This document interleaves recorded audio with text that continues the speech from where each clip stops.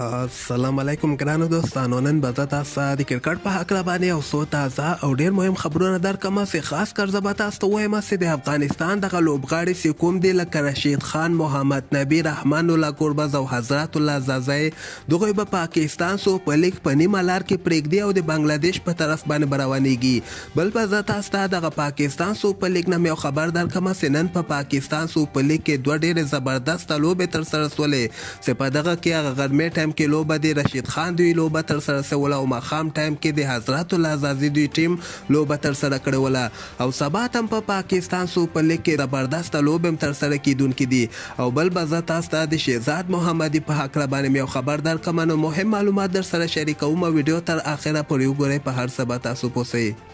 نو راځم اول زه تاسو ته وایم چې د افغانستان لوبغاړي لکه رشید خان، محمد نبي، رحمان الله ګربز او حضرت الله زازی دغه لوبغاړي چې کوم دی فلحال خو پاکستان سوپر لیګ کې لوبه ترسره کوي، خو د پاکستان سوپر لیګ دغه 10 تاریخ نه چې کومې لوبې شروع کیږي دغه به په لاهور ښار کې ترسره کیږي. پاکستان نه یو خبر راغلی ده چې دغه سرول افغان لوبغاړي به پاکستان سوپر لیګ په نیمه لار کې پرېږدي. حالانکې زه به تاسو ته وایم چې اوسه پورې د افغانستان دغه لوبډله هم نه ده اعلان شوې کوم بس بنگلادیش سره دغه 15 میچو سیریز کوم بنگلادیش کې ترسره کوي دغه ته لوبډله نه ده اعلان شوی، خو پاکستان اوس نه دغه خبر ورکړی ده چې هغه لاهور ښار کې کومې لوبې شروع کیږي په دغه کې به د افغانستان دغه څلور لوبغاړي لوبه نه ترسره کوي. خو ماته چې څنګه ښکاري په دغه کې به د افغانستان دغه رشید خان او محمد نبي به پاکستان سوپر لیګ پرېږدي، همدغسې رحمان الله ګربز هم، ځکه دغه لوبغاړي په 50 اوریزه لوبه کې لوبه ترسره کوي او په 100 اوریزه لوبه کې خو حضرت الله زازی امکان لري په سکواډ کې واخیستل سي، خو زازی به پاکستان سوپر لیګ کې لوبه ورته ترسره کوي.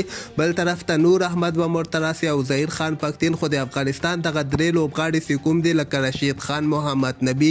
او رحمان الله ګربز امکان لري چې دغوی 12 یا 13 تاریخ باندې د بنگلادیش په طرف باندې روان سي او ولته د افغانستان لوبډلې سره یو ځای سي، ځکه هلته بنگلادیش کې یو کیمپ هم لګیږي، یو هفته یا 15 ورځو کیمپ په بنگلادیش کې لګیږي او د افغانستان او د بنگلادیش سیریز د همدغه میاشتې په 23 تاریخ باندې که خیر شروع کیږي، ځکه دغه لوبغاړي کېدای سي 15 ورځې دوی کرنټین هم سي، نو ځکه دغه د افغانستان لوبغاړي به پاکستان سوپر لیګ په نیمه لار کې پرېږدي.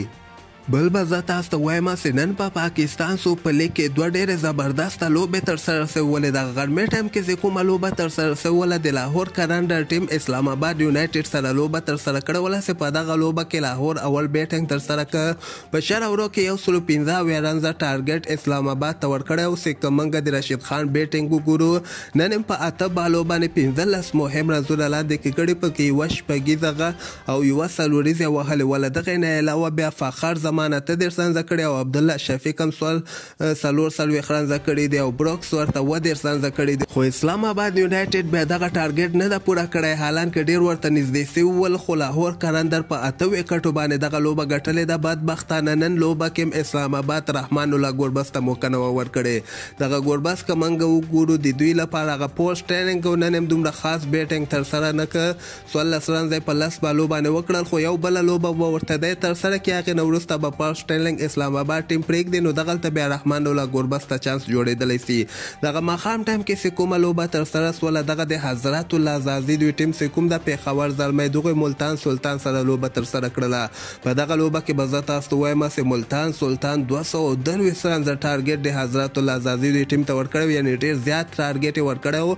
په دغه لوبه کې بیا حضرت الله زازی په 213 بالو باندې 43 رنزه کړي دي او خپله وکټ یې له لاسه ورکړې ده او دغه لوبه بیا ملتان سلطان ډېر په اسانۍ سره ګټلې ده. او بل به زه تاسو ته وایم چې سبا هم په پاکستان سوپر لیګ کې یوه لوبه ترسره کیدونکې ده. دغه لوبه د کراچي کینګز په نوم باندې چې کوم ټیم ده، کوم کې چې محمد نبي لوبه ترسره کوي، دغوی به اسلام آباد یونایټډ یعنې د ګربز دوی ټیم سره که خیر سبا ته 9 بجې د افغانستان په وخت باندې دغه لوبه شروع کیدونکې ده. او دې نه علاوه به زه تاسو ته د افغانستان شهزاد محمدي په هکله باندې یو خبر درکړم چې شهزاد دغه بنګلادیش پریمیر لیګ کې څو ورځې مخکې د په میدان کې سګرټ وهلی و، نو دغه لپاره بیا شهزاد محمدي بخښنه هم غوښتلې ده، خو دته یې شهزاد ته یعنې وارننګ یې ورکړی ده د بنګلادیش له طرف نه، ډېر سخت اخطار یې ورکړی ده چې بیا دغسې کار ونه کړي. او بل طرف ته شهزاد محمدي ورنه معذرت غوښتلی ده او بخښنه یې ورنه کړې ده او دغه ډاډ یې ورکړی ده چې دوباره به ما نه دغسې کار نه کیږي. نو همدغسې تازه خبرو لپاره تاسو دغه چینل هم در سره